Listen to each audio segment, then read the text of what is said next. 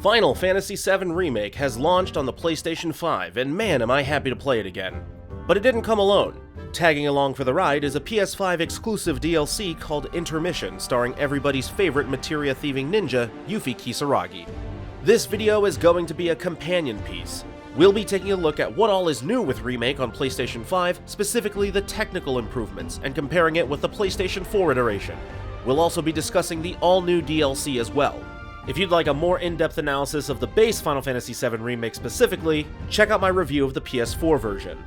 As usual, my reviews are spoiler-free for the subject games. However, the DLC itself contains spoilers for the base game of Final Fantasy VII Remake. I won't be discussing or showing anything too significant, but please be aware that at least minor remake spoilers will be had by default. If you'd like to avoid any and all possible spoilers, this is your chance to click away. In the meantime, please subscribe and click the bell to get notifications whenever I upload new content. I also have a ton of other videos which I'll annotate at the end. Okay, if you're still here, then you must be fine with whatever lies ahead, so let's make haste. This review is based on a physical, retail copy of the game for the PlayStation 5. So... not even a thank you? Let's start with the intermission synopsis. Set during the mid-game events of Final Fantasy VII Remake, Yuffie arrives in Midgar to steal some powerful materia from Shinra with the goal of bringing it back to Wutai for military purposes. To accomplish this, Yuffie is accompanied by a fellow Wutaian named Sonon, and the two join forces with the Avalanche main family to breach Shinra security. And that's pretty much it. There's not much more I can say without diving into spoiler territory because the DLC is unsurprisingly short. It's not a full game after all, just an expansion, and I finished it in about 7-ish hours, taking my time to do all the side quests along the way. But I thoroughly enjoyed my time with the DLC. Yuffie's bright personality is a breath of fresh air compared to the moodiness and brooding that Cloud brings to the leading role. And Intermission does an excellent job of establishing characters, filling in backstory, and setting up for the next leg of everyone's journey. Plus, there are some surprises in store that I'll let you discover on your own.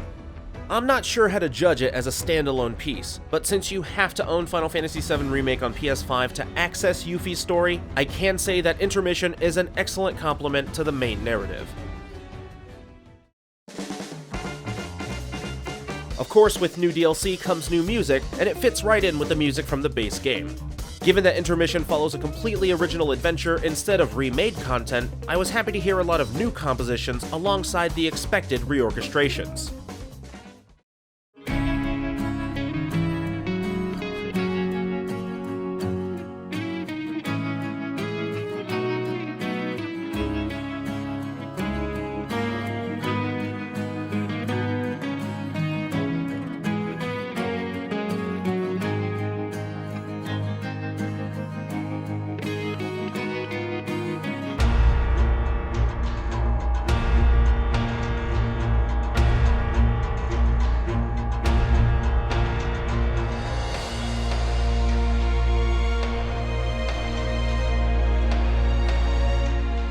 I also like that Square Enix did a couple of arrangements of Yuffie's theme, including a battle music variation.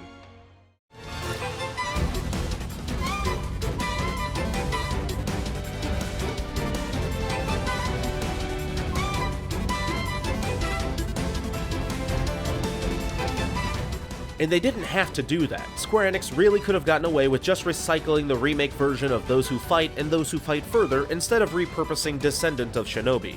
But I'm glad they did, because it wouldn't be Yuffie without her accompanying theme. And they also still rearranged Those Who Fight Further, because of course they did.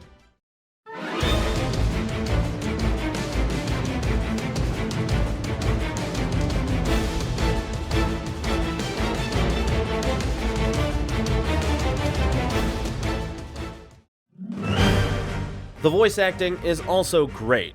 I once again stuck with English, but the Japanese performances feel especially good this time around as there are a number of Asian characters in Intermission. Also, there's a French option, which is cool, I guess. Here's a comparison for you. I don't think you can go wrong with any of the language options. My name is Yuffie, materia hunter and elite special forces operative for the new Wutai government. I have orders to infiltrate Shinra headquarters and steal their ultimate materia. To prove to our common enemy that Wutai is not to be trifled with! Je suis Yuffie, agent d'élite du gouvernement provisoire du Wutai. Je suis une grande chasseuse de matéria. Ma mission est d'infiltrer la compagnie Shinra et de voler leur matéria ultime. Je vais leur prouver notre ténacité et notre grande détermination. 私はウータイ暫定政府の精鋭部隊マテリアハンターのユフィ。ジャッジ暴虐のシンラカンパニーより究極マテリア奪取。ウータイの本気を示すため遠方よりやってきた。 Altogether, I'd say the audio is superb. The base game content is still fantastic, and the music and voice acting from Intermission fit right in. Now let's move on to the technical stuff. The initial release of Final Fantasy VII Remake on PS4 is still a really nice looking game. But it's not perfect, lots of very clear issues to be had, from graphical pop-in to textures not loading. The PS4 version also used dynamic resolution scaling in order to maintain a consistent 30 frames per second. On base model PS4s, the game ran at 1080p 30fps, and PS4 Pros ran at 1440p 30fps, upscaled to 2160p 30fps. And I'd love to tell you that the PlayStation 5 version of Remake corrects all the issues and improves on all the high marks, but that would be untrue. The character pop-in is built into the game, meaning it's still present on PS5, and there are still some low-resolution textures and models to be seen here and there. You may also notice the high-quality detail rendering distance in certain places, like here with this shadow on the shipment container. The PS5 version has two display modes, Performance and Graphics. Performance mode runs at the same 1440p upscale as PS4 Pro, but the frame rate has been doubled to 60 FPS. Meanwhile, Graphics mode runs at a native 4K 30, which looks incredible. I do wish it was able to run at a native 4K 60, but I'll take what I can get. Getting more into the finer details, the textures on PS5 have been significantly improved. For instance, many things have proper high-resolution textures now. Previous problem areas like the Sector 7 slums and the denser sections of Wall Market look and run better on PlayStation 5. Lighting effects have been improved as well, with much better indirect illumination, specular highlights, and reflections. Chapter 1 does a fantastic job showcasing these lighting improvements, as does Wall Market.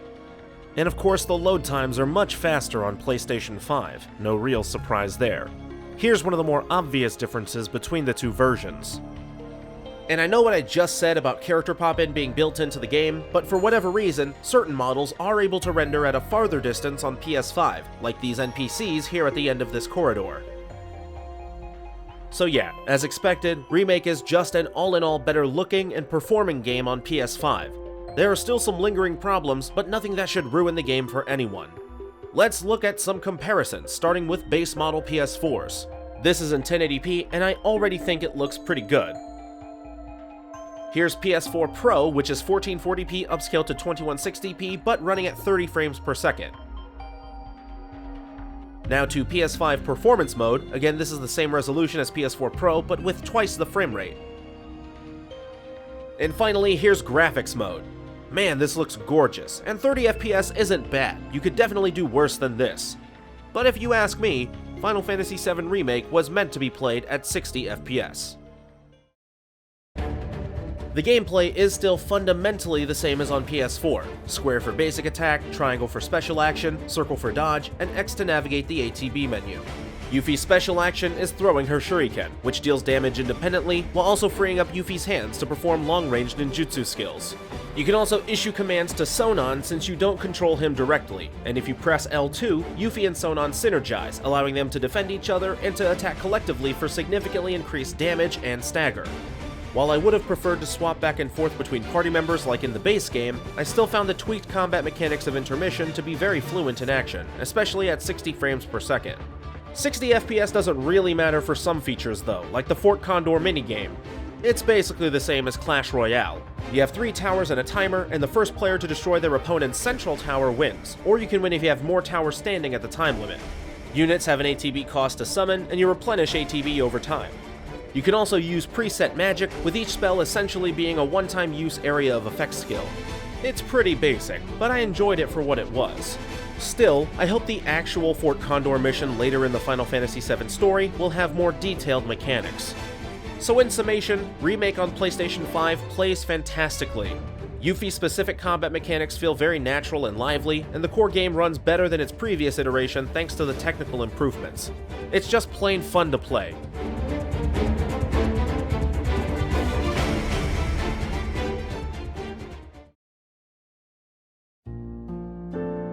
If you have a PS5, you really should try out Final Fantasy VII Remake. The core game remains fantastic, and while the intermission DLC is short, it's really good. Neither are flawless, and I can only hope certain long-standing issues like the persistent low poly models and graphical pop-in will be remediated with future releases. But these are relatively minor problems, and I still absolutely love all things Final Fantasy VII. And now, even more than before, I cannot wait to play Remake Part 2, whenever that may be. Final Fantasy VII Remake Intergrade for PlayStation 5 earns a 9.8 out of 10. Don't forget to subscribe, click the bell, and check out the videos on screen. Thanks!